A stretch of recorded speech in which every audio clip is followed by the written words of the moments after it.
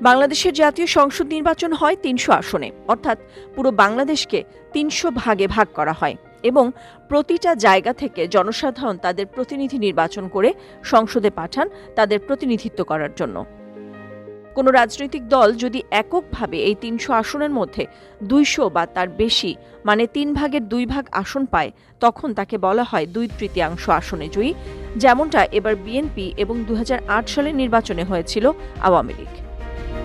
২/তৃতীয়াংশ আসনে জয়ের বিষয়টি বিশেষ গুরুত্ব পাওয়ার একটি কারণ হল এতগুলো আসনে নিজেদের প্রতিনিধি থাকার ফলে সংসদে যে কোনো আইন প্রণয়ন সহজ হয়।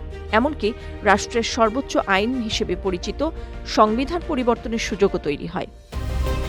সংবিধানে কোনো পরিবর্তন আনতে সংসদের ২/তৃতীয়াংশ সদস্যের সমর্থন, অর্থাৎ অন্তত ২০০ সদস্যের সমর্থন থাকতে হয়। অনেকের মতে অতীতে দেখা গেছে এমন জয় কখনো কখনো ফ্যাসিস্ট শাসক তৈরি করার ক্ষেত্রেও ফ্যাক্টর হয়ে ওঠে। বাংলাদেশের ইতিহাসে এমন ঘটনার সংখ্যা কম না, যেখানে নিরঙ্কুশ জয় পেয়ে রাজনৈতিক দল নিজেদের স্বার্থে সংবিধান পরিবর্তন করে বদলে দিয়েছে ইতিহাসের পথরেখা। এর বড় উদাহরণ ২০০৮ সালের নবম সংসদ নির্বাচন। সে নির্বাচনে ২৩০টি আসনে এককভাবে জয় পায় আওয়ামী লীগ। জোট শরিক সহ সে সংখ্যা দাঁড়ায় ২৬২তে। নির্বাচনের পর আদালতের আদেশের পথ ধরে সংবিধান সংশোধন করে তত্ত্বাবধায়ক সরকার ব্যবস্থার বিলোপ ঘটায় তৎকালীন আওয়ামী সরকার। এছাড়া সংবিধানে আরও কিছু পরিবর্তন আনা হয়।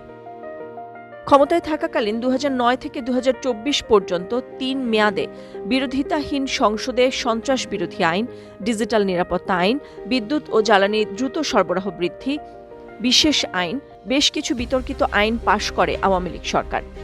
সেসব আইন পাশ করাতে আওয়ামী লীগকে সংসদে বড় কোনো বিরোধিতার মুখে পড়তে হয়নি। সংখ্যাগরিষ্ঠতা থাকায় সংসদে নিয়ন্ত্রণ নিয়ে বাংলাদেশের ইতিহাসে সংবিধান পরিবর্তনের ঘটনা আরও আছে। ২০০১ সালের অষ্টম জাতীয় সংসদ নির্বাচনে ১৯৩টি আসনে জয় হয় বাংলাদেশের জাতীয়তাবাদী দল বিএনপির। জামায়াতে ইসলামী সহ ৪ দলীয় জোট মিলে ২১৬টি আসন নিয়ে সরকার গঠন করে তারা, যা ৪ দলীয় জোট সরকার হিসেবে পরিচিতি পেয়েছিল।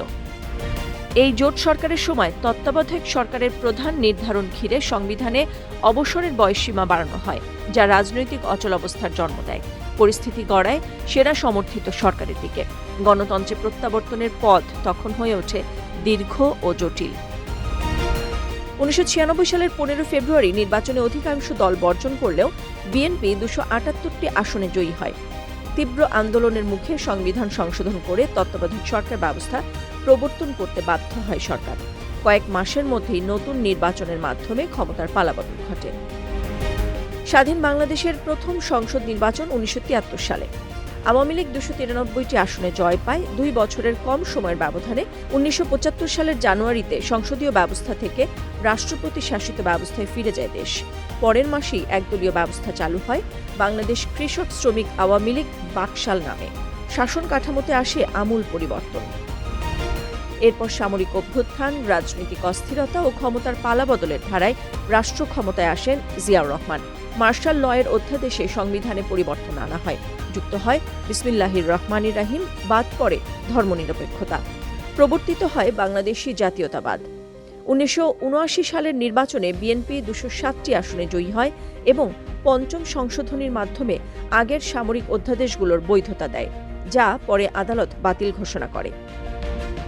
১৯৮২ সালে রাষ্ট্র ক্ষমতা দখল করেন হুসেইন মোহাম্মদ এরশাদ। ১৯৮৬ ও ১৯৮৮ সালের নির্বাচনে জাতীয় পার্টি বড় জয় পায়। সপ্তম ও অষ্টম সংশোধনীর মাধ্যমে সামরিক আমলের সিদ্ধান্ত বৈধতা পায়। রাষ্ট্রধর্ম হিসেবে স্বীকৃতি পায় ইসলাম। পরবর্তীতে এর কিছু অংশ উচ্চ আদালতের রায়ে বাতিল হয়। রাজনৈতিক বিশ্লেষকদের মতে ২/তৃতীয়াংশ আসন পেলে সংসদ কার্যত একদলীয় আধিপত্যের দিকে ঝুঁকে পড়ে। বিরোধী কণ্ঠ দুর্বল হলে সংসদ প্রাণবন্ত থাকে না, আইন পাশ হয় দ্রুত, কখনো বিতর্ক ছাড়াই। ফলে সংখ্যাগরিষ্ঠতার গণতান্ত্রিক শক্তি যেমন হতে পারে, তেমনি কর্তৃত্ববাদী প্রবণতার ঝুঁকিও তৈরি করতে পারে।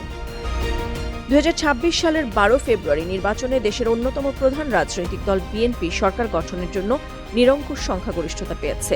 ফলে অতীত ইতিহাস থেকে এবারের ২/তৃতীয়াংশ আসনে জয়ী হওয়া বিএনপি যদি শিক্ষা নেয় এবং দীর্ঘদিন ক্ষমতা ধরে রাখার অতীতের যে অভ্যাস, সেখান থেকে তারা যদি সরে আসেন, তাহলে বাংলাদেশে নতুন ইতিহাস রচিত হবে বলে মত বিশ্লেষকদের। নাদিরা জাহান, নিউজ ডেস্ক, সারা বাংলা।